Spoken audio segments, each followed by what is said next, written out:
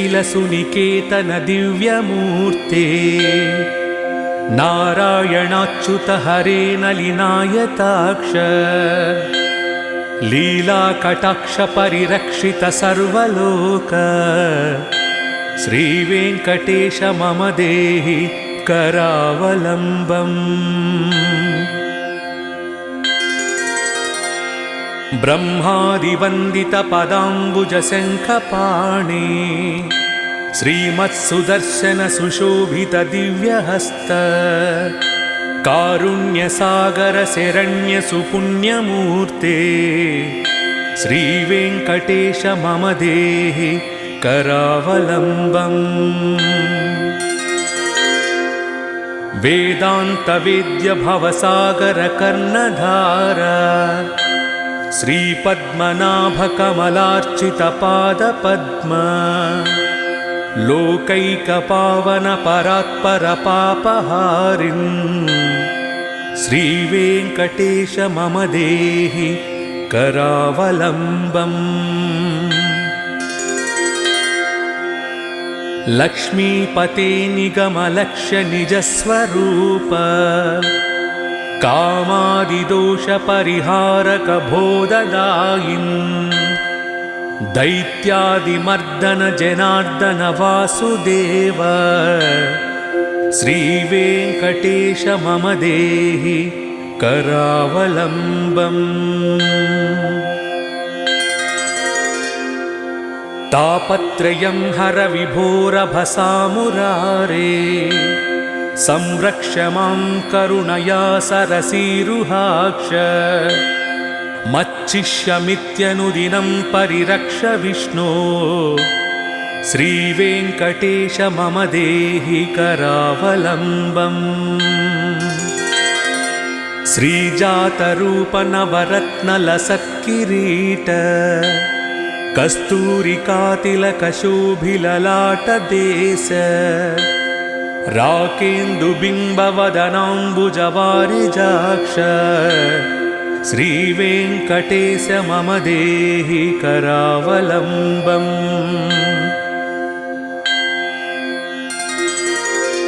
वन्दारुलोकवरदानवचो विलास रत्नाढ्यहार परिशोभित कम्बुकण्ठ केयूररत्नसुविभासि दिगन्तराल श्रीवेङ्कटेश मम देहि करावलम्बम्। दिव्याङ्गदाङ्कितभुजद्वयमङ्गलात्मन् केयूरभूषण सुशोभित दीर्घबाहो नागेन्द्रकङ्कणकरद्वय कामदायिन् श्रीवेङ्कटेश मम देहि करावलम्बम्।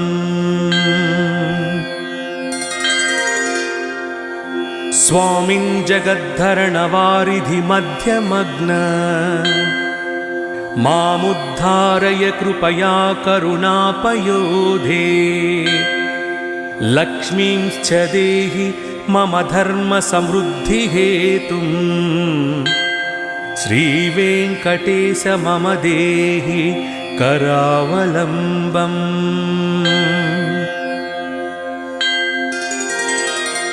दिव्याङ्गरागपरिचर्चित कोमलाङ्ग पीताम्बरावृततनूतरुणार्कभास सत्याञ्चनाभ परिधान सुपत्तुबन्ध श्रीवेङ्कटेश मम देहि करावलम्बम्। रत्नाढ्यदामसुनिबद्धकटिप्रदेश माणिक्यदर्पण सुसन्निभजानुदेश जङ्घाद्वयेन परिमोहित सर्वलोक श्रीवेङ्कटेश मम देहि करावलम्बम् लोकैकपावनसरित्परिशोभिताङ्घ्रे त्वत्पाददर्शनदिने च ममाघमीस हार्दं तमश्च सकलं लयमापभूमन् श्रीवेङ्कटेश मम देहि करावलम्बम्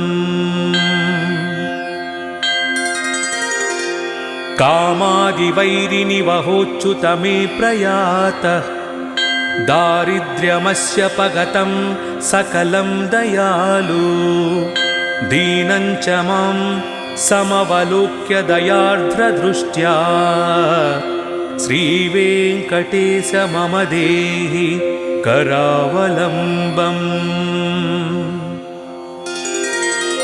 श्रीवेङ्कटेशपदपङ्कजषट्पदेन श्रीमन्नृसिंहयतिनारचितं जगत्याम् ये तत्पठन्ति मनुजाः पुरुषोत्तमस्य ते प्राप्नुवन्ति परमां पदवीं मुरारेः।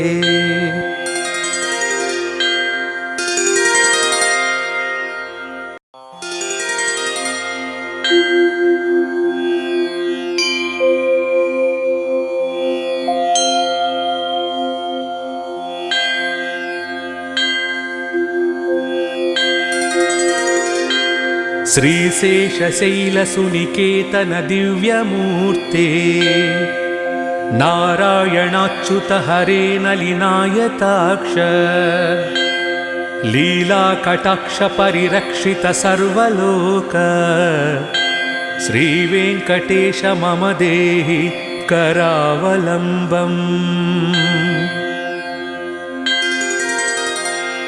ब्रह्मादिवन्दितपदाम्बुजशङ्खपाणि श्रीमत्सुदर्शन सुशोभित दिव्यहस्त कारुण्यसागर शरण्य सुपुण्यमूर्ते श्रीवेङ्कटेश मम देहि करावलम्बम्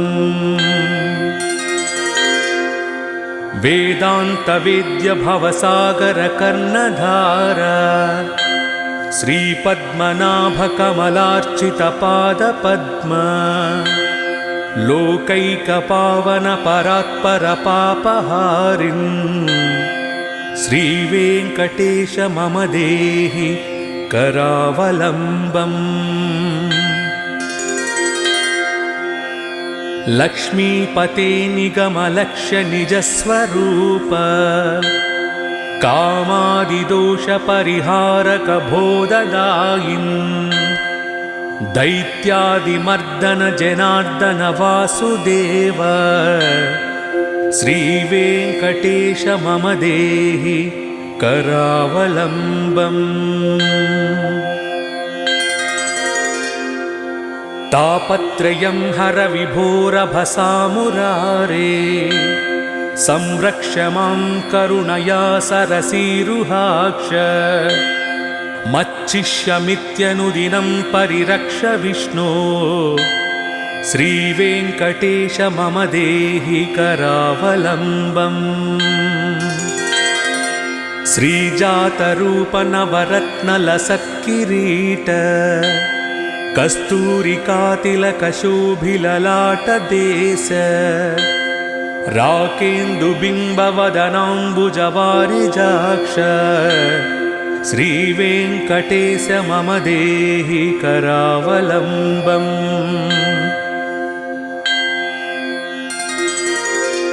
वन्दारुलोकवरदानवचो विलास रत्नाढ्यहार परिशोभितकम्बुकण्ठ केयूररत्नसुविभासि दिगन्तराल श्रीवेङ्कटेश मम देहि करावलम्बम्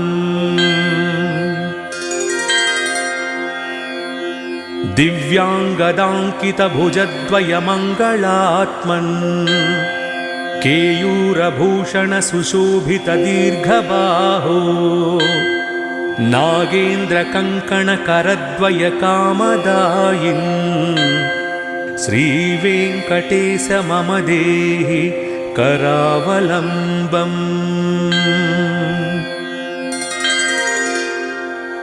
स्वामिन् जगद्धरणवारिधि मध्यमग्न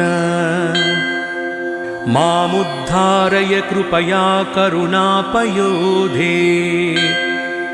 लक्ष्मींश्च देहि मम धर्मसमृद्धिहेतुं श्रीवेङ्कटेश मम देहि करावलम्बम्।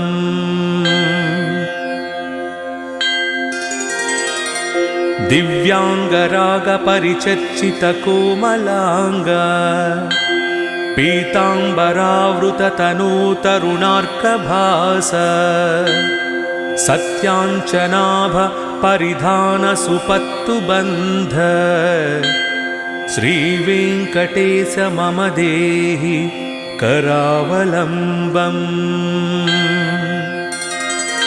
रत्नाढ्यदामसुनिबद्धकटिप्रदेश माणिक्यदर्पणसुसन्निभजानुदेश जङ्घाद्वयेन परिमोहित सर्वलोक श्रीवेङ्कटेश मम देहि करावलम्बम्। लोकैकपावनसरित्परिशोभिताङ्घ्रे त्वत्पाददर्शनदिने च ममाघमीश हार्दं तमश्च सकलं लयमापभूमन् श्रीवेङ्कटेश मम देहि करावलम्बम्। कामादिवैरिनिवहोच्युत मे प्रयातः दारिद्र्यमस्य पगतं सकलं दयालु दीनं च मां समवलोक्य दयार्द्रदृष्ट्या श्रीवेङ्कटेश मम देहि करावलम्बम्। श्रीवेङ्कटेश पदपङ्कजषट्पदेन श्रीमन्नृसिंहयतिनारचितं जगत्याम् ये तत्पठन्ति मनुजाः पुरुषोत्तमस्य ते प्राप्नुवन्ति परमां पदवीं मुरारेः।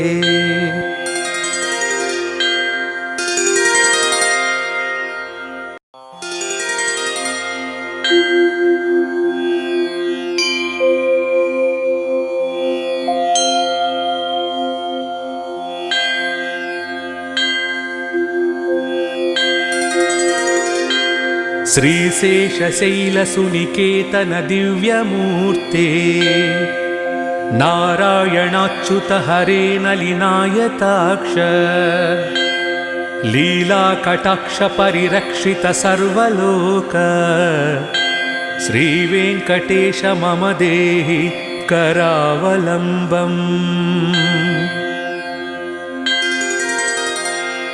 ब्रह्मादिवन्दितपदाम्बुजशङ्खपाणि श्रीमत्सुदर्शनसुशोभितदिव्यहस्त कारुण्यसागरशरण्यसुपुण्यमूर्ते श्रीवेङ्कटेश मम देहि करावलम्बम्।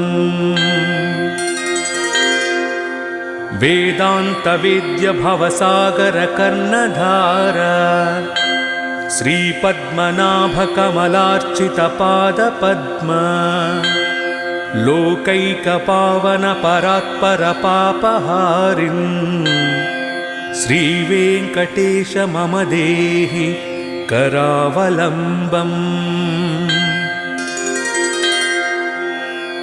लक्ष्मीपते निगमलक्ष्य निजस्वरूप कामादिदोषपरिहारक बोधदायिन् दैत्यादिमर्दन जनार्दन वासुदेव श्रीवेङ्कटेश मम देहि करावलम्बम्।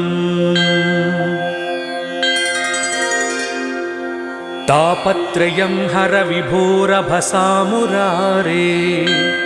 संरक्ष मां करुणया सरसीरुहाक्ष मच्चिष्यमित्यनुदिनं परिरक्ष विष्णो श्रीवेङ्कटेश मम देहि करावलम्बम्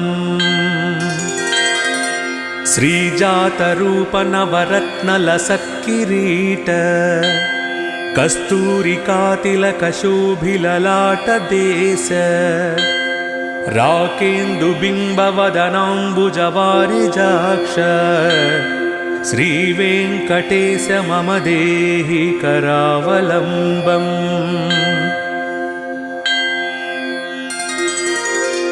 वन्दारुलोकवरदानवचो विलास रत्नाढ्यहार परिशोभितकम्बुकण्ठ केयूररत्नसुविभासि दिगन्तराल श्रीवेङ्कटेश मम देहि करावलम्बम् दिव्याङ्गदाङ्कितभुजद्वयमङ्गलात्मन् केयूरभूषणसुशोभितदीर्घबाहो नागेन्द्रकङ्कणकरद्वयकामदायिन् श्रीवेङ्कटेश मम देहि करावलम्बम्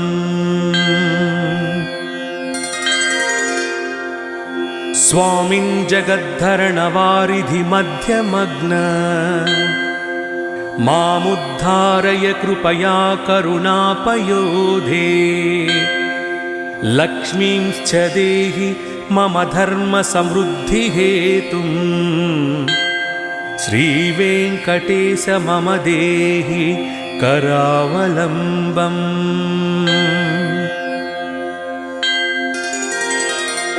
दिव्याङ्गरागपरिचर्चितकोमलाङ्ग पीताम्बरावृततनोतरुणार्कभास सत्याञ्चनाभ परिधानसुपत्तुबन्ध श्रीवेङ्कटेश मम देहि करावलम्बम्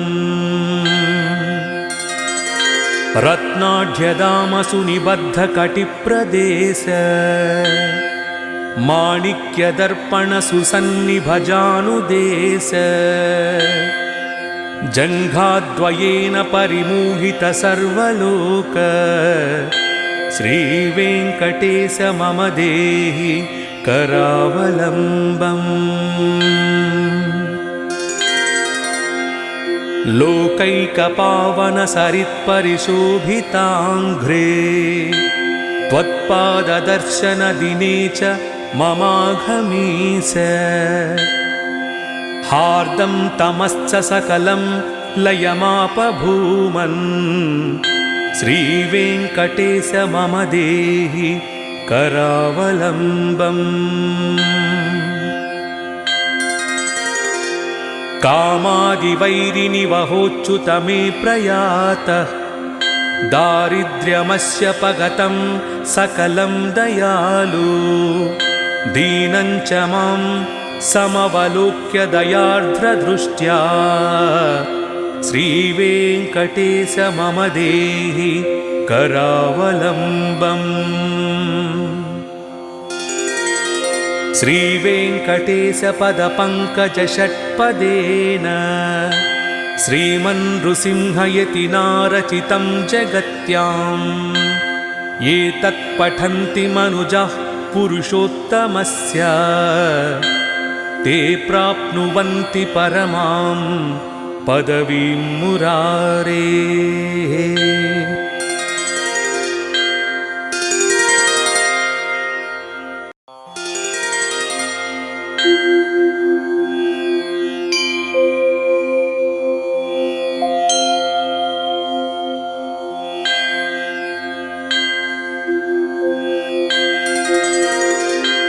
श्रीशेषशैलसुनिकेतन दिव्यमूर्ते नारायणाच्युत हरे नलिनायताक्ष लीलाकटाक्षपरिरक्षित सर्वलोक श्रीवेङ्कटेश मम देहि करावलम्बम्। ब्रह्मादिवन्दितपदाम्बुजशङ्खपाणि श्रीमत्सुदर्शन सुशोभित दिव्यहस्त कारुण्यसागर शरण्य सुपुण्यमूर्ते श्रीवेङ्कटेश मम देहि करावलम्बम्। वेदान्तवेद्य भवसागर कर्णधारा श्रीपद्मनाभकमलार्चितपादपद्म लोकैकपावन परात्परपापहारिन् श्रीवेङ्कटेश मम देहि करावलम्बम्। लक्ष्मीपते निगमलक्ष्य निजस्वरूप कामादिदोषपरिहारक बोधदायिन् दैत्यादिमर्दन जनार्दन वासुदेव श्रीवेङ्कटेश मम देहि करावलम्बम्। तापत्रयं हर विभोरभसामुरारे संरक्ष मां करुणया सरसीरुहाक्ष मच्चिष्यमित्यनुदिनं परिरक्ष विष्णो श्रीवेङ्कटेश मम देहि करावलम्बम्। श्रीजातरूपनवरत्नलसत्किरीट कस्तूरिकातिलकशोभिललाटदेश राकेन्दुबिम्बवदनाम्बुजवारिजाक्ष श्रीवेङ्कटेश मम देहि करावलम्बम्।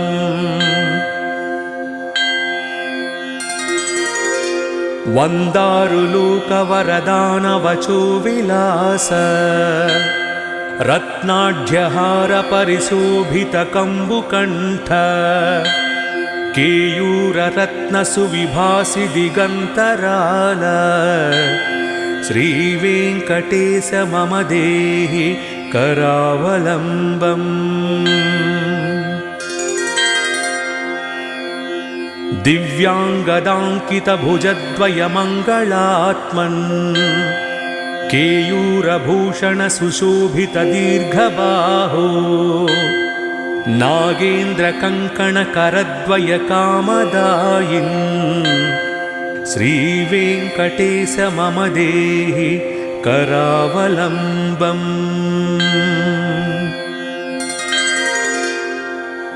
स्वामिन् जगद्धरणवारिधि मध्यमग्न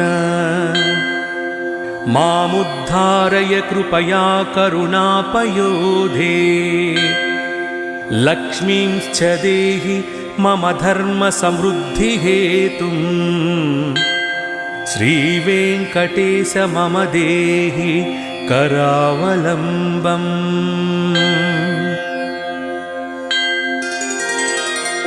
दिव्याङ्गरागपरिचर्चितकोमलाङ्ग पीताम्बरावृततनूतरुणार्कभास सत्याञ्चनाभ परिधान सुपत्तुबन्ध श्रीवेङ्कटेश मम देहि करावलम्बम्। रत्नाढ्यदामसुनिबद्धकटिप्रदेश माणिक्यदर्पणसुसन्निभजानुदेश जङ्घाद्वयेन परिमोहित सर्वलोक श्रीवेङ्कटेश मम देहि करावलम्बम्। लोकैकपावन सरित्परिशोभिताङ्घ्रे त्वत्पाददर्शनदिने च ममाघमीश हार्दं तमश्च सकलं लयमापभूमन् श्रीवेङ्कटेश मम देहि करावलम्बम् कामादिवैरिनिवहोच्युत मे प्रयातः दारिद्र्यमस्य पगतं सकलं दयालु दीनं च मां समवलोक्य दयार्द्रदृष्ट्या श्रीवेङ्कटेश मम देहि करावलम्बम् श्रीवेङ्कटेशपदपङ्कजषट्पदेन श्रीमन्नृसिंहयतिनारचितं जगत्याम् ये तत्पठन्ति मनुजाः पुरुषोत्तमस्य ते प्राप्नुवन्ति परमां पदवीं मुरारेः।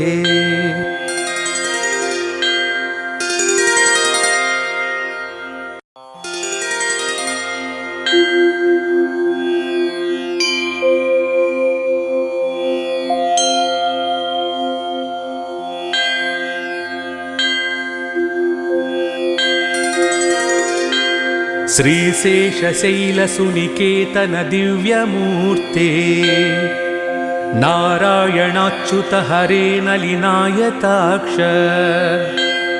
लीलाकटाक्ष परिरक्षित सर्वलोक श्रीवेङ्कटेश मम देहि करावलम्बम् ब्रह्मादिवन्दितपदाम्बुजशङ्खपाणि श्रीमत्सुदर्शन सुशोभित दिव्यहस्त कारुण्यसागर शरण्य सुपुण्यमूर्ते श्रीवेङ्कटेश मम देहि करावलम्बम् वेदान्तवेद्य भवसागर कर्णधार श्रीपद्मनाभकमलार्चित पादपद्म लोकैकपावन परात्पर पापहारिन् श्रीवेङ्कटेश मम देहि करावलम्बम् लक्ष्मीपते निगमलक्ष्य निजस्वरूप कामादिदोषपरिहारक बोधदायिन् दैत्यादिमर्दन जनार्दन वासुदेव श्रीवेङ्कटेश मम देहि करावलम्बम् तापत्रयं हर विभोरभसामुरारे संरक्ष मां करुणया सरसीरुहाक्ष मच्चिष्यमित्यनुदिनं परिरक्ष विष्णो श्रीवेङ्कटेश मम देहि करावलम्बम् श्रीजातरूपनवरत्नलसत्किरीट कस्तूरिकातिलकशोभिललाटदेश राकेन्दुबिम्बवदनाम्बुजवारिजाक्ष श्रीवेङ्कटेश मम देहि करावलम्बम्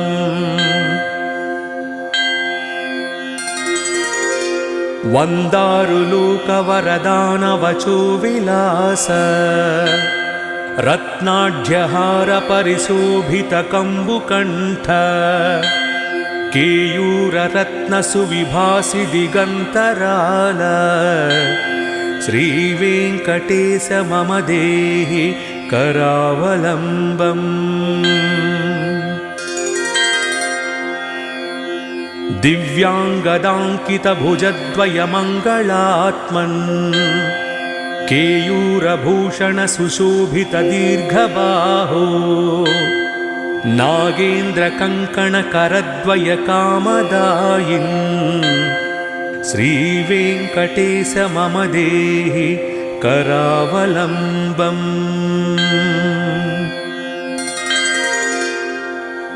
स्वामिन् जगद्धरणवारिधि मध्यमग्न मामुद्धारय कृपया करुणापयोधे लक्ष्मींश्च देहि मम धर्मसमृद्धिहेतुम् श्रीवेङ्कटेश मम देहि करावलम्बम्।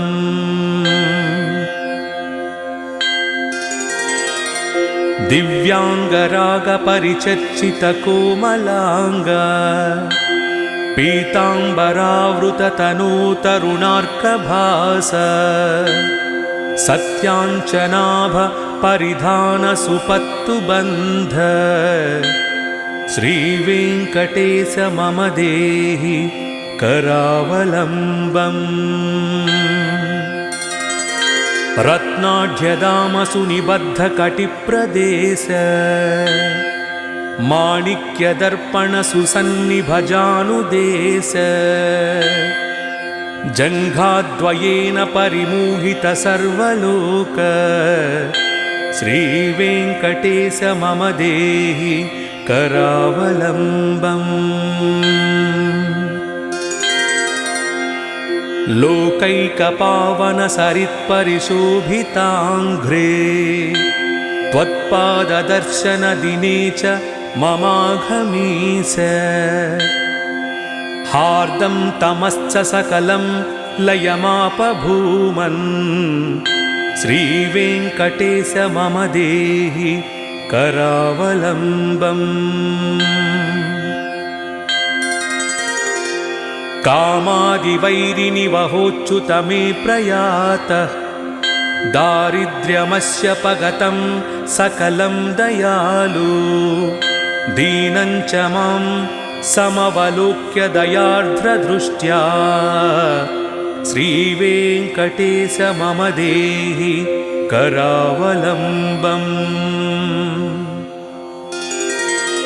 श्रीवेङ्कटेश पदपङ्कजषट्पदेन श्रीमन्नृसिंहयतिना रचितं जगत्याम् ये तत्पठन्ति मनुजाः पुरुषोत्तमस्य ते प्राप्नुवन्ति परमां पदवीं मुरारेः।